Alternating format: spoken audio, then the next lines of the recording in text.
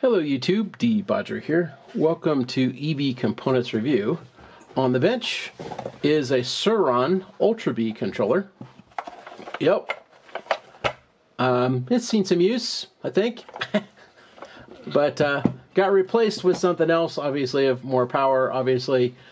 Something you can actually program and control yourself rather than, Surron. They just want you to use it, not like actually mess with anything.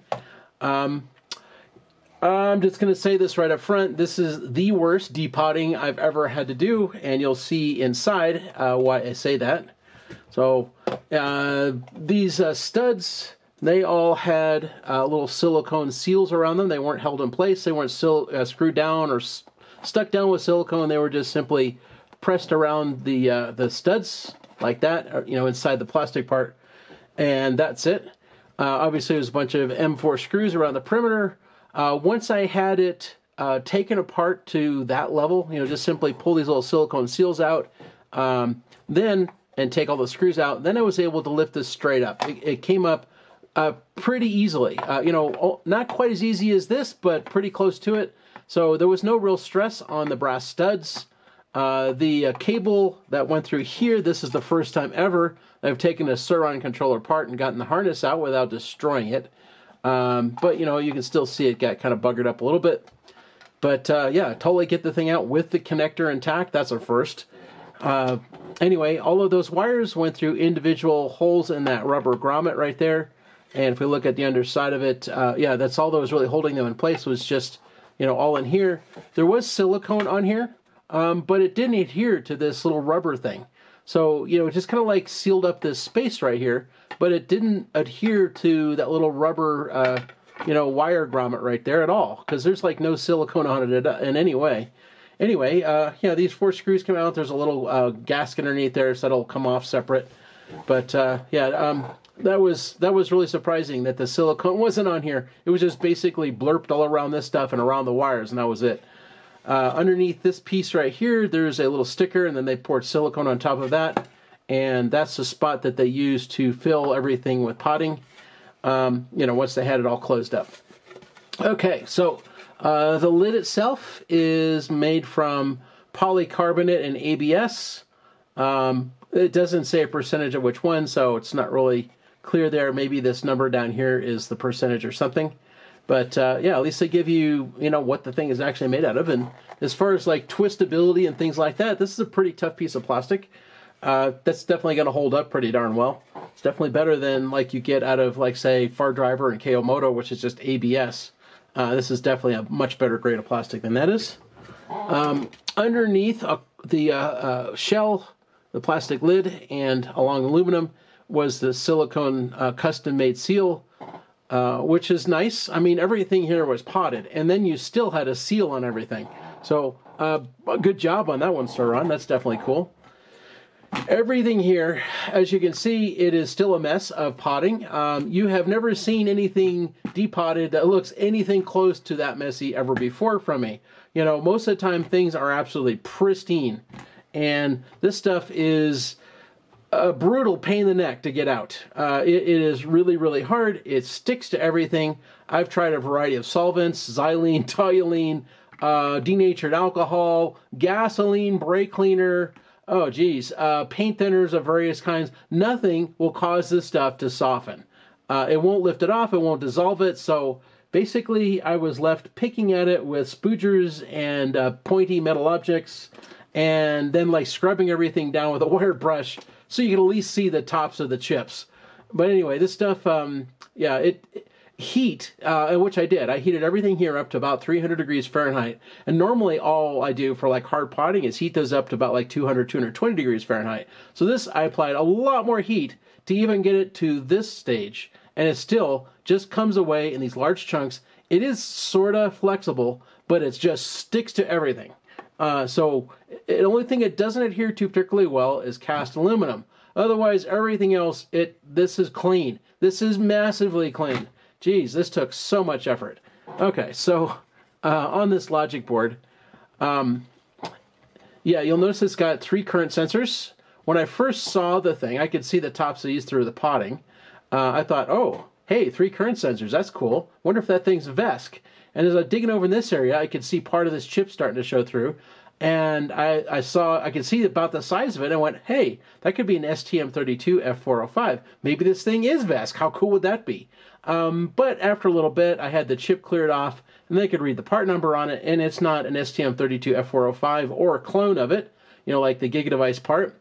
And actually, this thing has less flash RAM, less flash ROM, less RAM, and less CPU power, so it couldn't run VESC on it anyway.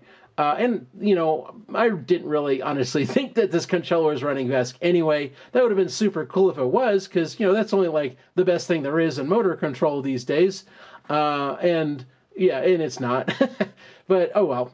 As you can see, 120 volt capacitors. That's because, the Ultra B is, I think it's 100 volt, whatever it is, 28S pack on the thing. So obviously need more voltage everywhere around.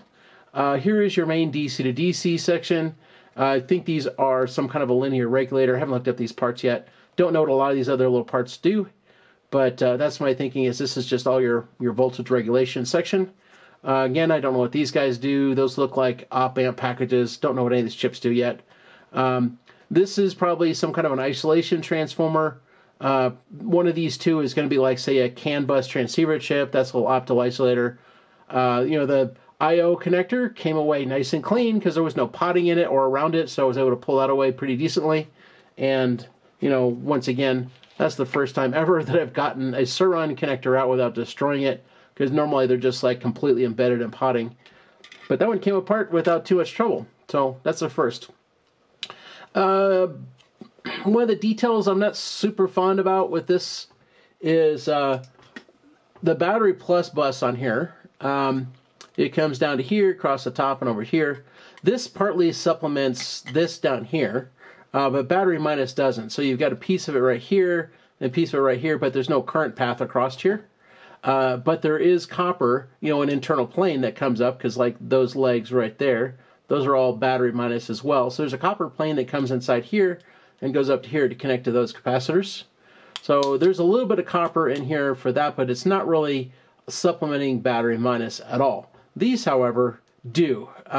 Across the top here, not so much, but down here it definitely does. And I definitely don't like to see the battery buses supplemented on the logic board ever. It's a bad design. And at least it's only a small portion here, and not like how it is, like, say, on Komodos, which if you didn't have the copper on the circuit board for the on the logic board, yeah, your battery plus buses would just cook, because they just simply are not big enough to handle the current.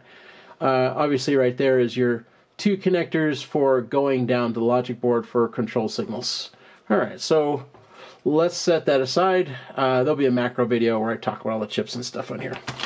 Alright, so here is the power stage, and so here is those 2 studs that you're looking at on either side. So here and here. So this is where I'm talking about battery pluses supplemented somewhat by up above.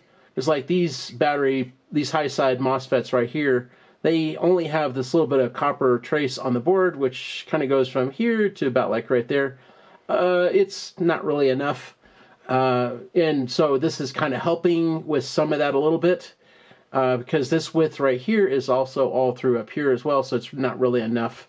And so, this is kind of reinforcing on the bottom side of the circuit board and the top side of the circuit board, the battery plus bus to get all the way down to here. And it's, not super good. Battery minus is in a similar state, so you can see that it kind of comes down from here to there. So that's all battery minus through this area right here. And then you've just got this plane all across the bottom, or the circuit trace here, that's all battery minus right here. But this is a little bit thicker in this area, but that one's kind of skinny-ish. This is battery minus post. And of course it goes to all those. This is very, very similar to the far driver controller. In fact, when I took this apart, it was like, I just did a teardown of a power stage. It'll look nearly identical to that. I mean, it does, all this stuff, and, the MOSFETs being in kind of a U shape. Yeah, the battery plus bus being across the top with the battery minus bus being in the middle. Yeah, I mean, this is very, very similar to the far driver 96850. Anyway, that also had, better ceramic cap placement, I think, as well, and more of them. So here you've got a couple of them down here, which kind of reinforces or reduces noise on this end of these MOSFETs. These ones are split between here and here, so that kind of helps both ends of these. Really, you should have, like, say, 6 of them here and 4 of them here. And the same thing over there. Those are kind of split the difference between here and here. So like 6 of them here and 4 of them here. So these are doing this end. Best case scenario, you put ceramic caps on either end of your MOSFETs, or you stick them right up in the middle, kind of a thing, so that they're doing the best job they can possibly do for high frequency noise filtering. So putting them out here kind of far away from everything is somewhat better than not having them at all, but it's best to have them as close as you can to the MOSFETs, and to have them, a lot of them. So this is an interesting detail right here. So you'll notice these empty pads. Clearly they had intended to add more MOSFETs, or maybe there is a higher amperage version of this controller where they actually have these populated. So here's high side, here's low side, and obviously they don't. On the middle stage is a little bit different. I don't know why they did this. A little strange. So here's your low side MOSFET here, the extra one, and here's your high side one over there. Why didn't they just like shift this whole thing over a little bit and do it a little bit different than this? I don't know why, but whatever. And that way they could have put the 2 empty MOSFET spaces right next to each other. Anyway, yeah, low side here, high side there. And then again on this one here, high side, low side's down there. So one thing I guess they did do better than what they could have done is, they could have shifted all these MOSFETs and populated these 2 spots and left those 2 empty or something. In which case, the battery plus bus is already kind of weakish anyway. And that would have made it even weaker. These studs right here and here, these are part of battery plus, but they have no reinforcing on them other than the circuit trace, which is right there. And if you look at like the logic board, so here's the top side of the board, you just have an empty hole there. You don't have like this via ridden pad right here that a screw would go into. And when I flip the board over like this, so yeah, you just have bare circuit here, no traces. This just ends up there, and same thing for there. There's no continuation of battery plus down to here, from here to here. So these are purely spacers. They're not doing anything other than holding up the board, but they are not part of any kind of a current path per se, because there's no loading. They're just hanging out there in the wind for all intents and purposes. Pretty good size power stage. Could have been made a lot more compact and done better in a variety of ways. Big piece of aluminum on the back. Most of your gate drive electronics is all right here with a little bit up here. So like right there, you can see on each one of the resistors, or one of the gates rather, you've got a resistor that's for limiting current to the gates. And then right next to them, you've got a resistor and a cap. It's probably like a snubber circuit, but you've got them like across, between every pair of MOSFETs. I don't know exactly what those do. If somebody knows in the comments, kindly post. That'd be super useful. And then also like right here, I'm pretty sure those right there are snubber circuits. So that's your high side one, and that's your low side snubber. But then it looks like we've got another one up here as well. So those look like your high and low side snubbers for that phase.